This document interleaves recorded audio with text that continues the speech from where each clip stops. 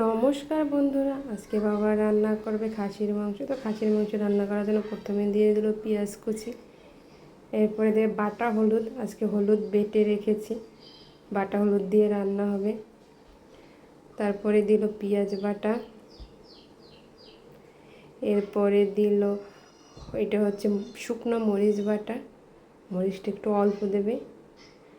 এই যে জিরা বাটা,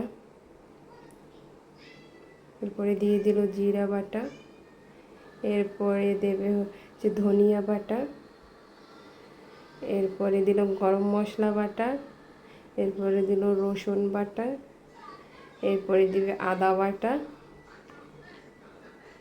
সব কিছু দিয়ে তারপরে এটাকে ভালো করে ম্যারিনেট করে নেবে।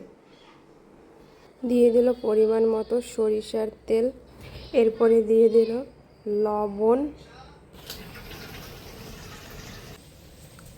চুলায় আগুন ধরিয়ে দিলাম।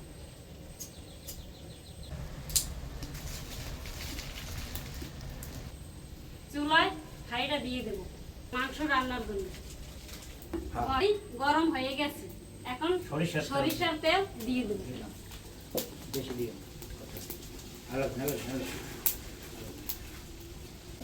গোটা জিরা,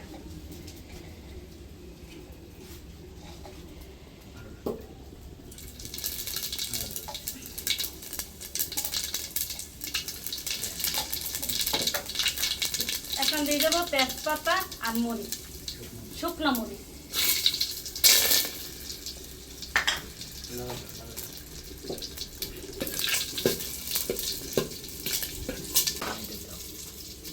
এখন দিয়ে দেবো মাংস।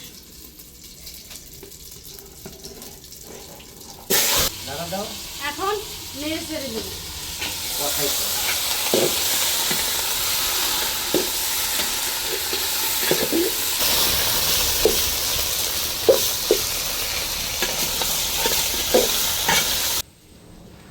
মাংসটা একটা কিছু দেওয়ার জন্য ঢেকে দেব।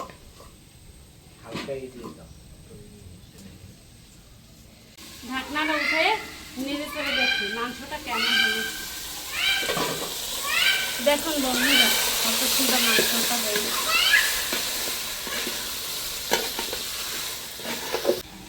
আবার একটু ঢেকে দিই। এখন ঢাকনাটা উঠিয়ে ফেলাম। দেখি মাংস কেমন হয়েছে। মাংস আর দেখ সেদ্ধ হয়ে গেছে।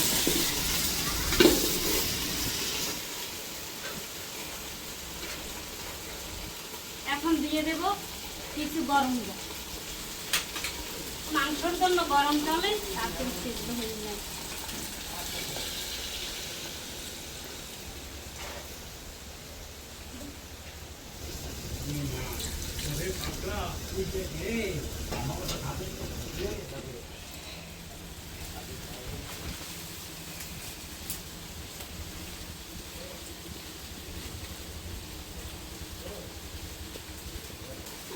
নাড়াচাড়া দিয়ে মাংসটা আবার একটু ঢেকে দেব।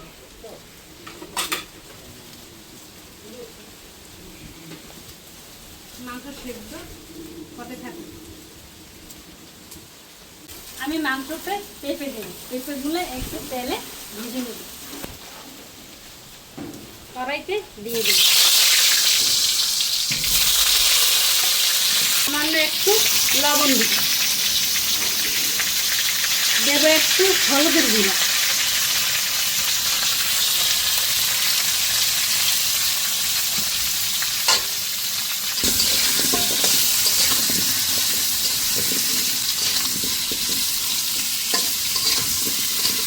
আমার পেঁপেগুলো ভাজা হয়ে গেছে। এখন তুলে নেব।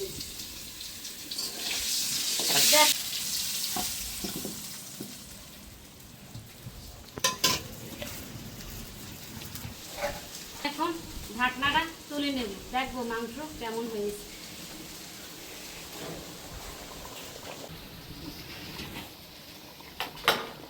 সঙ্গে দিয়ে দেবো পেঁপে ভাজাগুলো।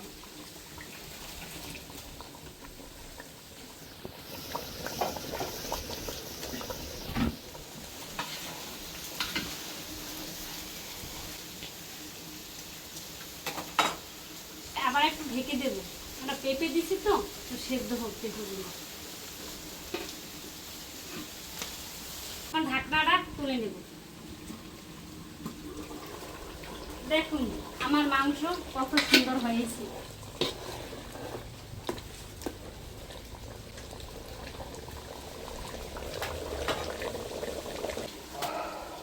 এখন দিয়ে দেবো জিরা বাটা।